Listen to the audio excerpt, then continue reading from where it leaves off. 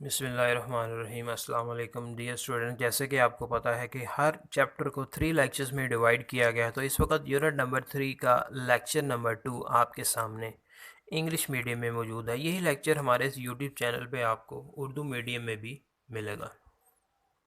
इस question paper को गौर से देख लीजिए। बोर्ड के पेपर पैटर्न के मुताबिक क्वेश्चन नंबर 3, जिसके 8 शॉर्ट क्वेश्चन आपके सामने मौजूद हैं, इनको हम आगे सॉल्व करने जा रहे हैं। एक अच्छी प्रेजेंटेशन के लिए आपने क्वेश्चन नंबर 3 को मार्कर के साथ लेफ़्ट साइड पे लिखना है और नेक्स्ट लाइन के सेंटर में पार्ट नंबर 1 लिखेंगे आप। इसमें क्वेश्चन की स्टेटमेंट लिखने की ज़रूरत नहीं है। इसमें पूछा गया है differentiate between mass and weight. Mass और वेट में क्या फ़र्क है? तो पहले इनकी डेफिनेशन आएगी। The quantity of matter in a body is called mass. Weight की definition, weight is a force that pulls everything towards the centre of अर्थ।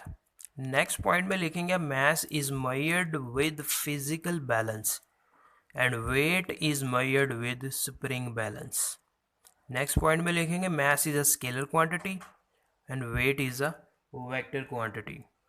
एक लाइन की स्पेस छोड़ने के बाद पार्ट नंबर 2 लिखेंगे और इसमें क्वेश्चन की स्टेटमेंट लिखने की ज़रूरत नहीं है। Define centripetal force and write down it's equation.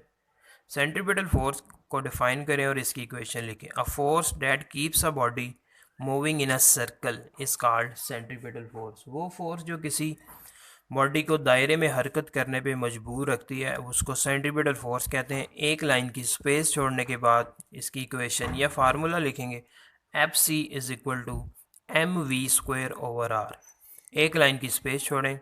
Unit unit इसका न्यूटन। पार्ट नंबर 3 मार्कर के साथ लाइन के सेंटर में लिखेंगे। इसमें एक न्यूमेरिकल टाइप क्वेश्चन पूछा गया है, जिसकी स्टेटमेंट आपको लिखने की ज़रूरत नहीं है। क्वेश्चन पूछा गया है a body of mass 5 kilogram is moving with a speed of 10 metres per second. How much force is required to stop it in 2 second. एक बॉडी जिसका mass m is equal to 5 kilogram, velocity और speed is equal to 10 metres per second, time is given 2 seconds. कितनी force चाहिए इसको रोकने के लिए? Force का formula F is equal to M A, और ए की जगह पे लिखेंगे हम वेलोसिटी ओवर टाइम। तीनों की वैल्यूज़, मैस की जगह पे 5, वेलोसिटी की जगह पे 10 और टाइम की जगह पे 2। सॉल्व करेंगे तो आंसर इज़ 25 न्यूटन। एक लाइन की स्पेस छोड़ने के बाद पार्ट नंबर 4 में स्टेटमेंट लिखने की ज़रूरत नहीं है। क्वेश्चन पूछा गया है write two advantages and two disadvantages of friction. Friction के 2 फ़ायदे और 2 नुकसानात लिखें। पहली heading advantages. Friction helps to walk on the ground. ज़मीन पर चलने में मदद करती है। We can insert a nail in the wall. एक कील को दीवार में लगाने के लिए भी फ्रिक्शन की ज़रूरत पड़ती है। एक लाइन की स्पेस छोड़ने के बाद नेक्स्ट हेडिंग बनेगी डिसएडवांटेजेस ऑफ फ्रिक्शन। इसके नुकसानात क्या हैं? Friction damages the part of machine. Machine के पुर्जाजात ख़राब हो जाते हैं। Friction can reduce the speed of fast moving vehicle. तेज़ चलती हुई चीज़ों की स्पीड भी फ्रिक्शन की वजह से कम हो जाती है। पार्ट नंबर 5 मार्कर के साथ लाइन के सेंटर में लिखेंगे। क्वेश्चन की स्टेटमेंट लिखने की ज़रूरत नहीं है। इसमें क्वेश्चन पूछा गया why the rolling friction is smaller than the sliding friction. Rolling friction कम क्यों होती है स्लाइडिंग फ्रिक्शन से? तो इसका answer, rolling friction is smaller than the sliding friction because one surface has to break the cold weld to move over the other surface. जब एक surface दूसरी सरफेस पे मूव करती है तो इनके दरमियान में जो इंटरलॉक्स होते हैं, जिनको कोल्ड वेल्ड कहते हैं, ये कोल्ड वेल्ड तोड़ के आगे जाना पड़ता है। इसलिए रोलिंग फ्रिक्शन की निस्बत स्लाइडिंग फ्रिक्शन ज़्यादा होती है। In rolling friction, wheels or bearings are used between the surfaces. So one surface rolls over the other surface without breaking the cold welds. Rolling friction में दोनों सरफेसेस के दरमियान में कोई बैरिंग या व्हील लगा दिया जाता है, कोई पहिया लगा दिया जाता है, जिससे कोल्ड वेल्ड को तोड़े बगैर एक सरफेस आगे की तरफ मूव कर जाती है। नेक्स्ट लाइन की स्पेस छोड़ेंगे।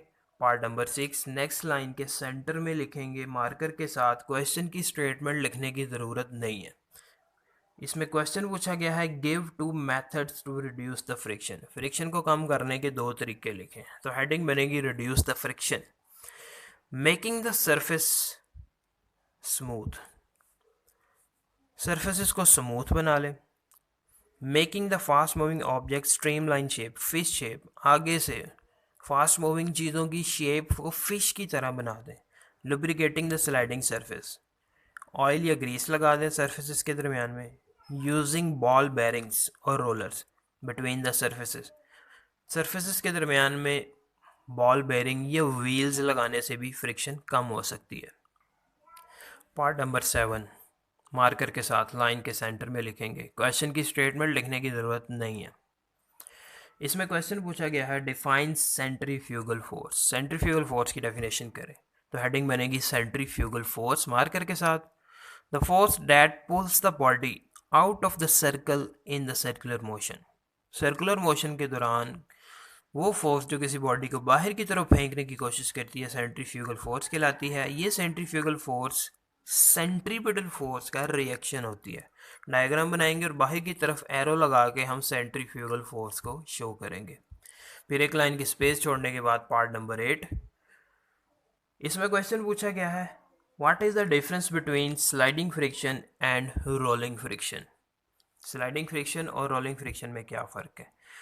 तो पहली हेडिंग बनेगी sliding friction. Sliding friction is the friction when one body is in direct contact tries to slide over the other body, जब एक बॉडी दूसरी बॉडी के साथ डायरेक्ट कॉन्टैक्ट में होती है, बीच में कोई चीज़ नहीं होती, तो ऐसी फ्रिक्शन स्लाइडिंग फ्रिक्शन कहलाती है। Sliding friction has larger value than the rolling friction, sliding friction की वैल्यू ज़्यादा होती है। एक लाइन की स्पेस छोड़ने के बाद नेक्स्ट हेडिंग बनाएंगे rolling friction. The friction in the presence of wheel or ball bearings between two surfaces is called rolling friction. दो surfaces के दरमियान में wheels या ball bearing लगा दिए जाए तो ऐसी friction rolling friction बन जाती है। Rolling friction is smaller than the sliding friction और इस rolling friction की वैल्यू sliding friction की निस्बत कम होती है। डियर स्टूडेंट्स, ये लेक्चर आपके सामने इंग्लिश मीडियम में बयान किया गया। यही लेक्चर आप हमारे इस यूट्यूब चैनल पे उर्दू मीडियम में भी देख सकते हैं।